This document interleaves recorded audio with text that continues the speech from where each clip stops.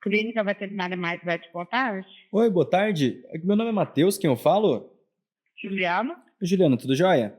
Joia. Juliana, é da clínica veterinária, né? Maisete. Isso. Oh, perfeito. Eu sou de Goiânia também, Juliana. Eu trabalho com veterinários, mas a gente não conversou por telefone ainda, tá? A gente ajuda esses veterinários a atenderem mais pets, mais pacientes. Eu queria saber se isso é um objetivo aí de vocês agora. Sim, claro. Quando você tem que estar falando com o setor responsável, que no caso sou eu.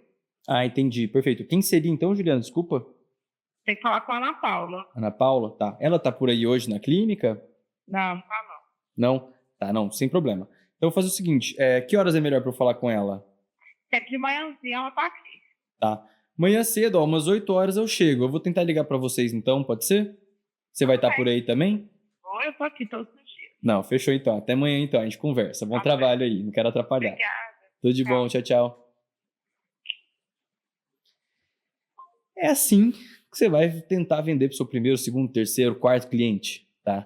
Eu não conheço outro jeito de vender que não seja pegando o telefone, ligando e oferecendo o seu serviço, o seu produto. E eu falo bastante sobre vendas porque eu acho que é impossível você ter um negócio, independente do que seja, se você não sabe vender, tá? E eu venho da escola aí de que a venda é dos tripés o mais forte, o essencial para que a sua empresa não morra, porque é o fôlego, é a gasolina, né? É o que mantém o negócio girando. Mesmo que você perca todos os seus clientes, se você vende, você ainda tem uma possibilidade de futuro. Você fica aí com um vendedor e demite o resto, né, da equipe, corta tudo que você tiver que cortar, mas pelo menos dá uma sobrevida, dá um fôlego ali e aí volta a vender para clientes novos, criar novos negócios, novas oportunidades. E é por isso que tem muita gente, muito coach, muito empresário que fala que a falta de vendas, né, é o caso principal de muita gente ir à falência no Brasil, né? E eu vejo que isso muito é culpa também do fundador. É culpa, às vezes, dessa pessoa que quer fazer um SaaS, como você aí, ó. Eu sei que você quer fazer um SaaS, quer ficar o dia inteiro enfiado no computador, ficar aí conversando com inteligência artificial para construir o seu código, falando com a Claudinha e Cláudia Códigos, por favor, me faça um SaaS que vai me deixar milionário, mas na hora de pegar um telefone celular e ligar para alguma pessoa e vender o seu serviço e fazer com que realmente a parada que você construiu aqui gere frutos, gere resultados para alguém, né, ou gere receita para o seu bolso, né, que é o que no final a gente quer, você trava, você tem medo, tem vergonha, então, enfim, não tem coragem de fazer.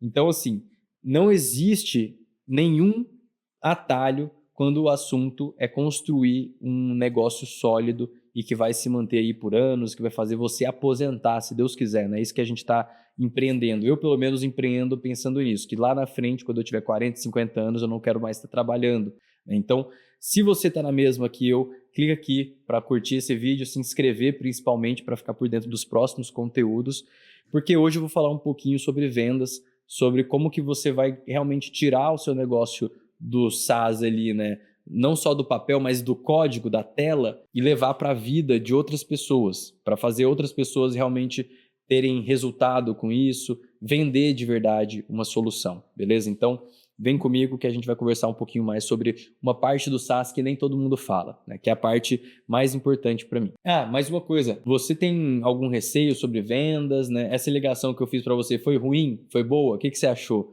Tem um feedback para me dar também?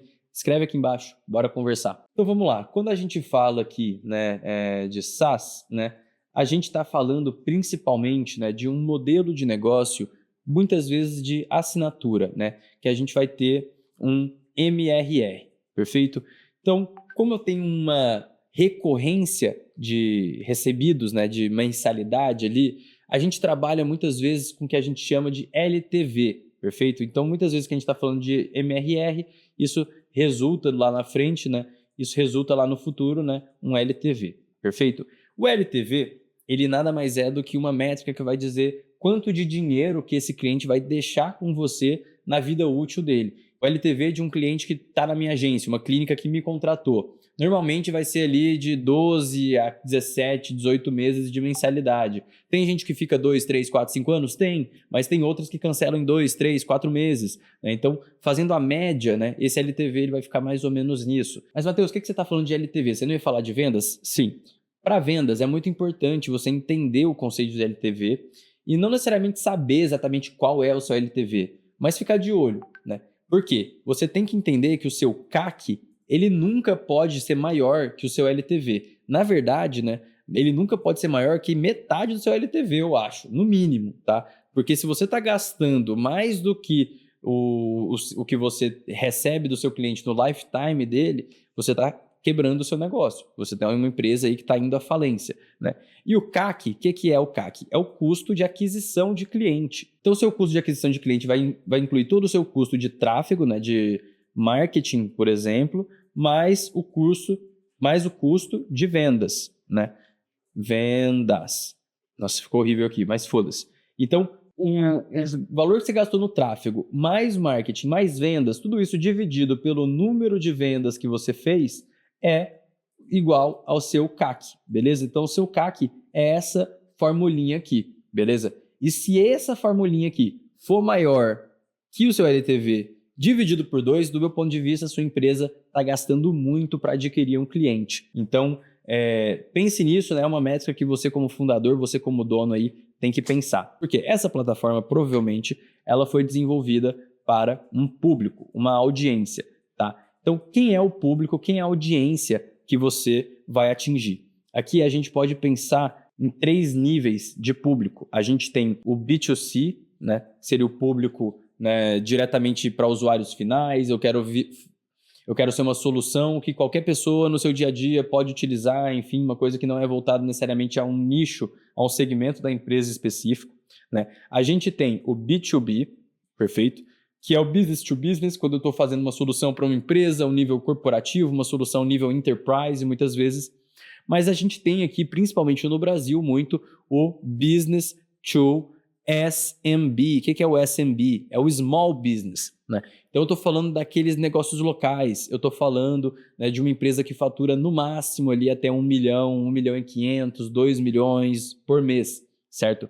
E esse nicho, né, ele vai envolver empresas que faturam 30, 40, 50 mil reais por mês, até empresas maiores. Então, às vezes, até dentro desse nicho do B2 Small B, né, B2 SMB, você pode ter subdivisões, certo? Então, você pode pegar aqui e dividir, poxa, da faixa dos 20 até os 100K, né? Ou então da faixa dos 100 a 1KK, né? Dos 100 mil a 1 milhão. Ou então eu tenho da faixa de 1 milhão mais, certo? Então, a gente consegue subdividir essas divisões também, como você preferir. O que eu quero dizer aqui? Você, como um vendedor de plataforma, de curso, você tem que entender muito bem onde você vai se localizar aqui, né? Então, a minha solução hoje, né, por exemplo, ela está aqui, né? Eu estou focada nesse mercado que, do meu ponto de vista, é o mercado que mais está fazendo sentido atualmente, certo?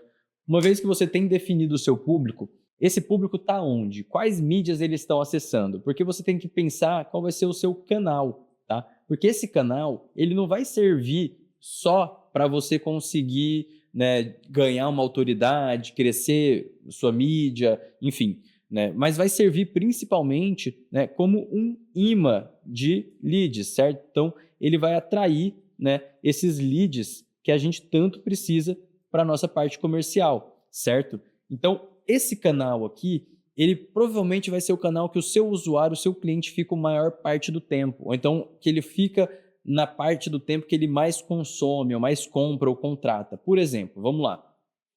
Eu conheço um cara aqui do YouTube que ele vende, né? Ele tem uma agência, como parecido com a minha, só que a agência dele é para LinkedIn.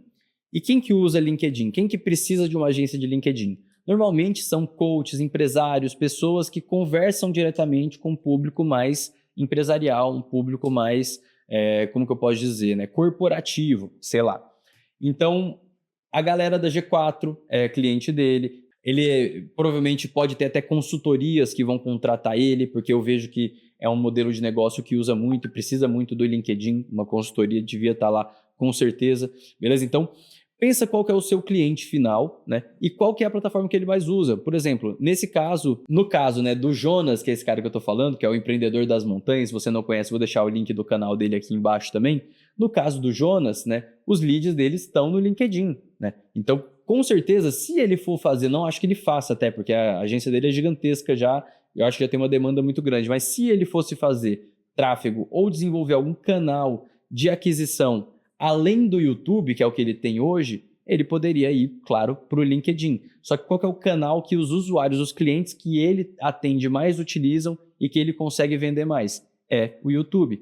Então ele, por exemplo, mesmo tendo uma agência de LinkedIn, que produz conteúdo para o LinkedIn, eu acredito que a maior parte dos leads, na verdade acho que ele já falou isso num vídeo, né? Mas a maior parte dos clientes dele vieram do YouTube dele, do canal do YouTube. Então o YouTube virou o canal principal para ele, né? Um outro canal principal ali que muitas pessoas utilizam, eu utilizo no meu negócio hoje, é o Instagram, tá? Então eu odeio o Instagram, eu não gosto de usar, eu não gosto de produzir conteúdo lá no Instagram, mas é inegável que é muito fácil pelo algoritmo do Instagram alcançar o público-alvo da minha plataforma, que são veterinários, que são médicos, donos de clínica, empresários. Então eu consigo conversar muito bem com esse público lá, beleza? Então definir o canal é muito importante, né? Então eu, por exemplo, né, defini que esse seria o meu canal para divulgação do meu SaaS. Aqui dentro do YouTube eu não divulgo o meu SaaS, né? Vocês podem ver que eu não estou vendendo nada aqui, enfim, estou só ensinando vocês mesmo. Então o YouTube para mim aqui está servindo para uma outra coisa que lá no futuro eu vou descobrir, eu vou desenvolver um pouquinho mais. Por enquanto é só entrega de conteúdo de valor, conteúdo foda para vocês. E é por isso, né, que se você não se inscreveu ainda, né, eu já falei isso, né, se inscreve aí. E deixa um comentário, cara, tá fazendo sentido até agora? Né? Faz sentido você ter que definir esse público, você ter que definir esse canal? Né? Isso é muito importante para você ir para a parte de ligação mais confiante, mais entendido ali das coisas, certo? Então, beleza, agora vamos para o que importa mesmo, que é montar o processo comercial, beleza? Então, né, eu vou até escrever aqui em texto, né, processo comercial. Então, o processo comercial aqui da Fly, né, eu já rodo ele há muito tempo, né, é um processo comercial que a gente dividiu em duas etapas, né, que é a etapa SDR e a etapa Closer, perfeito? Então, essa etapa ela pode ser feita por duas pessoas diferentes ou pela mesma pessoa. Eu já desempenhei esse papel de SDR e Closer por muito tempo, né? Ou também o que a gente tem visto cada vez mais é automatizar essa etapa do SDR e colocar assistentes de inteligência artificial, robozinhos para fazerem, certo? Dividindo esse processo comercial em duas etapas, ele fica muito mais fluido, né? E eu consigo ter dois cargos que têm justamente objetivos opostos até. Um objetivo do SDR é mais volume, né? É eu conseguir trabalhar o máximo de gente possível e eu quero gastar o menos de tempo com cada pessoa, né? E qual que é o objetivo do SDR aqui? Eu quero qualificar, certo?